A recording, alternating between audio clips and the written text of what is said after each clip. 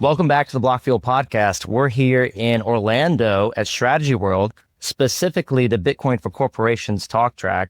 True North team, super gracious. We're sponsored their amazing event on Monday. So we're in True North Studios right now, recording a great conversation with Eric Semler, CEO of Semler Scientific. Right. Eric, welcome. Chairman technically, but chairman of Semler Scientific, just like our friend Michael Saylor. right. We're excited to sit down with you today. You had an amazing talk track yesterday and speech on stage. And we want to sit down with you separately to have more time, but today wanted to really focus on, you're here at Bitcoin for Corporations. So after Michael Saylor had announced, hey, we're going to adopt a Bitcoin treasury strategy. This is going to be our unit of account. This is going to be, the hard capital that we're using to secure our balance sheet and all the amazing things that have come from it. So as someone that's an early disciple, as you could say, to that vision, I would love to just ask you about what is your goal coming into Bitcoin for Corporations? What is the message? And you were communicating that yesterday, but for our audience, would love to say, how are you, communicating that message to these other corporations that are here? That's a great question. I get stopped all the time in the hallways here from people who are looking to do this. And I'm obviously very pleased with the way it's gone for us, and encourage others to pursue it and try to be as helpful as I can.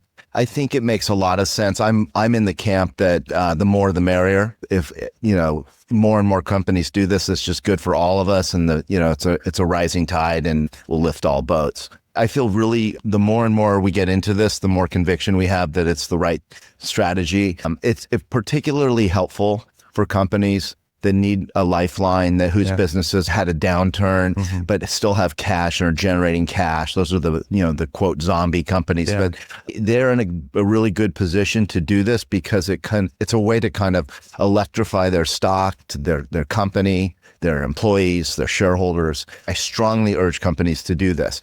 I think the holy grail is to get very healthy company to do this. And it's a more difficult task because there's less of a sense of urgency to try to pivot to something that is more of considered a risk to their core operating, to the status quo. Yeah. So we'll see, but I think eventually we're going to get one of those types of companies. But for now, there's just, there's thousands of quote zombie companies that Michael Saylor has coined that are ripe for this strategy. And that was a fascinating piece. I'm glad that he really started early on in his conversation. His keynote speech yesterday was around, if you're not a Mag 7 company, it's hard to raise capital. It's hard to raise cheap capital. A lot of these companies, they're smaller. And he talked about MicroStrategies. He's like, I'm a good operator.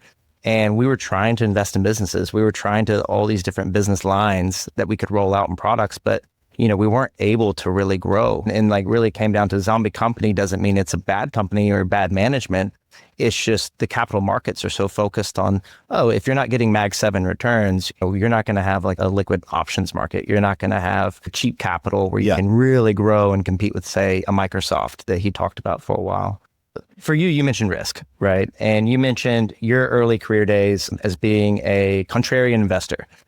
I have to ask, what was the process of really convincing your team and the board, as you recounted on your story yesterday, of going all in on Bitcoin? Yeah, thank you.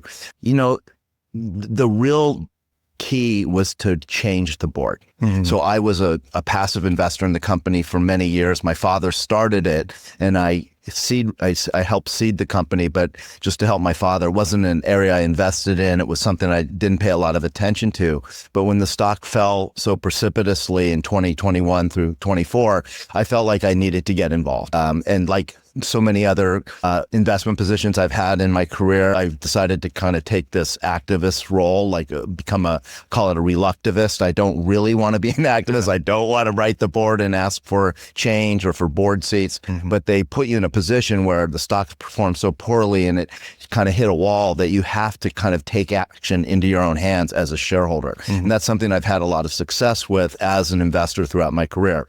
So that moment of going to the board of Semler, and even though it's my namesake, I really had, no control whatsoever of the company. My father wasn't involved anymore, and saying to them, look, I want board seats, and I basically want to get control of this company. And so I had to go through that process of putting pressure on the board. Fortunately, they complied, and I was able to get 2 board seats. So the 2 of us who came on board owned more than 20% of the stock. So we had real skin in the game, which is unusual for a public company board. Plus 2 other board members, and collectively, our whole ownership exceeded 30%. So now you had a board that had real skin in the game and felt a sense of urgency. The old board did not. And that board was more inclined to accept kind of change and risk and opportunity because they were aligned with shareholders, and they wanted to maximize shareholder value the way I did. And that was key. So when I realized that Michael Saylor's strategy that no one had replicated up until that point, which was kind of shocking, was an opportunity for us after speaking with Michael and studying it and taking it to the board and having the board study it. It wasn't that difficult to get the board on board, even though they were not Bitcoin savvy investors. They got it. They understood it. They read about it and studied it as well. And it was a pretty smooth process of convincing them that this made sense for us to do. Yeah.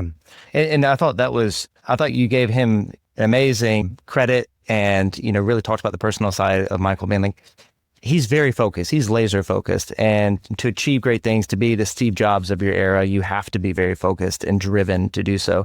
But you also, I think communicated yesterday, he's very gracious with his time. He was very patient in the education piece, and also, not withholding his strategy on how to do things, but show and providing you with a lot of the firepower to do so. Yeah.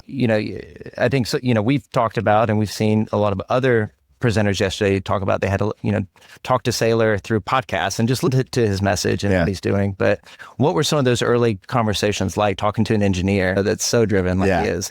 Well, this guy is incredibly successful, and really, he's already succeeded at what he's tried to do, even though he doesn't feel that way. I think he feels like he has a long way to go, even though he's incredibly successful.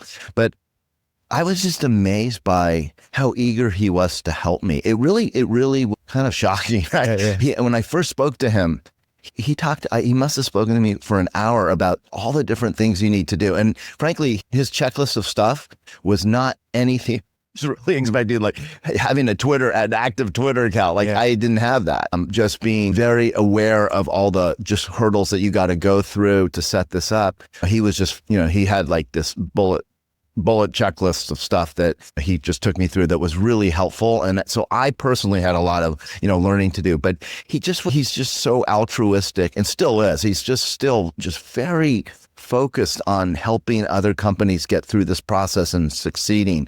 And you want to succeed so badly for him. It's like a coach, or a mentor. He's somebody that you want to perform for because he gives so much of himself to make it work for you. And he's so much bigger than us. I mean, he's a giant, and we're a minnow compared to him in terms of our market value and our ownership of Bitcoin. But it doesn't seem to matter that much to him. He is just one of these people that he kind of looks at the world in an egalitarian way. He doesn't judge you based on what you have and what you don't have. He's an evangelist for Bitcoin. As a coach, he's like Bill Belichick. I said that yesterday. He's like the Bill Belichick of Bitcoin coaches. He's tough. He keeps you on the straight and narrow. He keeps you laser focused, and he gives you great advice. It's amazing how quickly, if you ask him a question when you have an issue to discuss with him, how clearly he sees the solution. Like you would ask him, God, what would you do here, Michael? He has an instant response, and it's usually right. And then you think about it a few days. You're not sure if he's right out of the gate. And then you realize, kind of come around to it, and you're like, God, his instincts are so good. Yeah. And for you guys, I think that there's a really good story. And when I first heard the news and, your movement into buying Bitcoin and becoming a Bitcoin Treasury company, I'm like, wait, is this a healthcare company? Is it medical advice? Is this, one of those like very brash Richard Branson like CEOs that, will just do what they want to do, even if it's not in the best interest of shareholders or the company? Yeah. But it's great to have you out in person, meeting the person behind Semler and meeting the person that's making these decisions. I think it actually was probably pretty compelling for Michael to have someone that's not just, say, a hedge fund that's buying Bitcoin, saying like, we're going to buy up a majority of this finite asset just to run the price. It wasn't a De Beers that's buying up every diamond mine in Africa just to be able to control the market, control all of Bitcoin. Do you think that like in your current state of someone that was like, hey, we have a need here versus us just trying to profit was, a reason for him, being so gracious with his time? I don't know the answer to that. I just think he was thrilled that there was, a company out there, an operating business, and it's critical that it's an operating business that wanted to do this. I think the fact that we are in healthcare does kind of open up a new segment for him to think about and hopefully lead other healthcare businesses to follow us. I think maybe what is a little bit different about us from the others who are doing this is, our primary focus is accumulating Bitcoin creatively.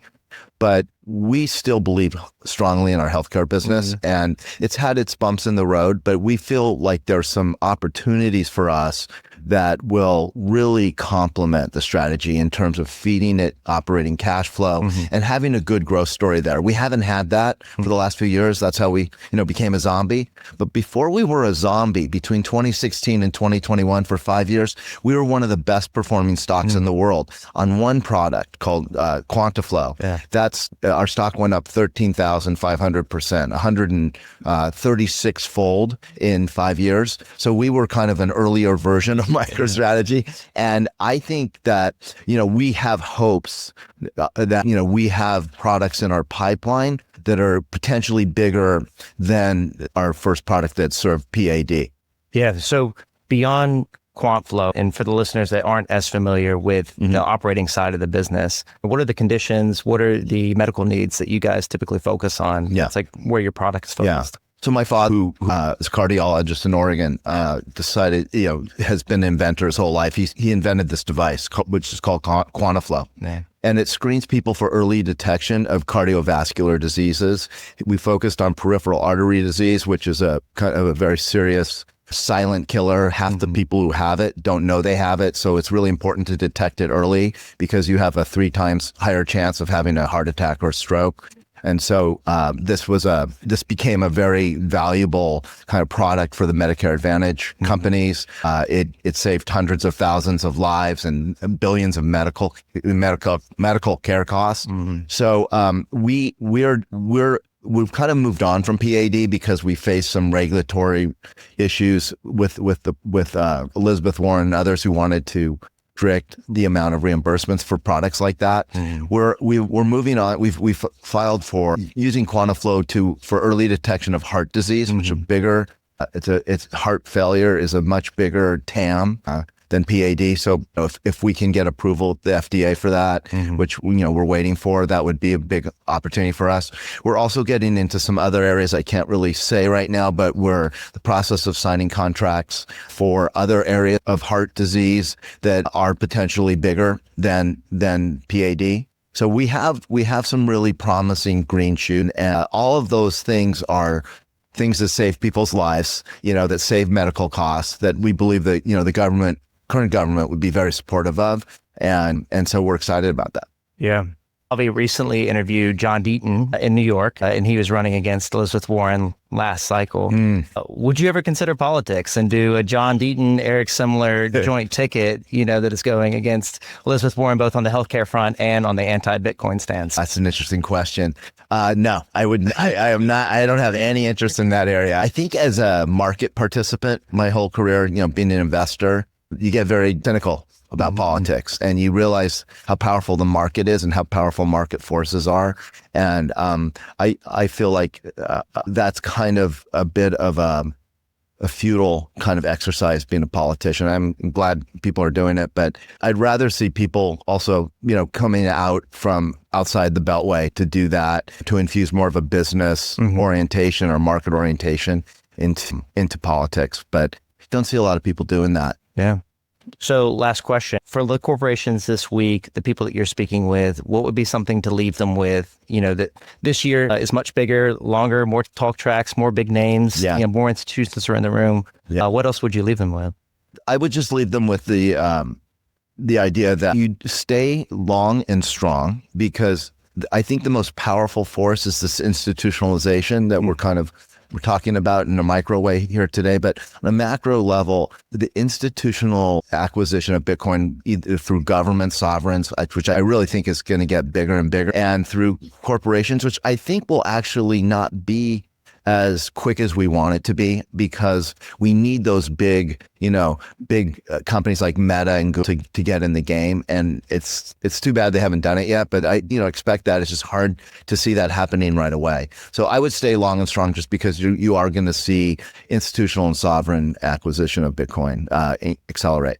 Yeah, it seems like it is growing at and like exponential rate of both awareness, having more content out like here. Yeah. Irresponsibly long, like Semler is a big Twitter community everyone should follow and get in there, because there's a lot of education that needs to happen. Yeah. So I think another really promising development is how during this kind of period of turmoil around tariffs and this concern that we're heading into a recession, that Bitcoin has started to act more like a safe harbor store of value relative to gold. And gold's done really well, but I think Bitcoin has started to show signs that it can play that role, which is kind of the holy grail for us. And our thesis at Semler is that Bitcoin's super cheap here because of the discount that it trades to gold. So really love seeing that. Yeah, and especially like I'm not as familiar with your supply chain, but there's a lot of small to medium sized businesses that aren't getting the exemptions that a lot of zombie companies that aren't Apple and get the attention of the government and getting supply chain exemptions. Yeah.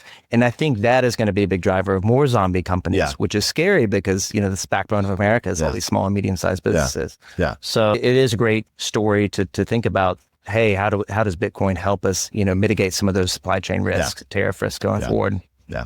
Definitely. Well, Eric, we really appreciate you diving in. We want to love to have you back and do more of a deep dive. A disclaimer: I am a Semler Scientific shareholder. Yeah, awesome. I am biased, but I think every Bitcoin treasury company people should be looking at right now. Great. So, thank you for your time. Thank you. That's wonderful.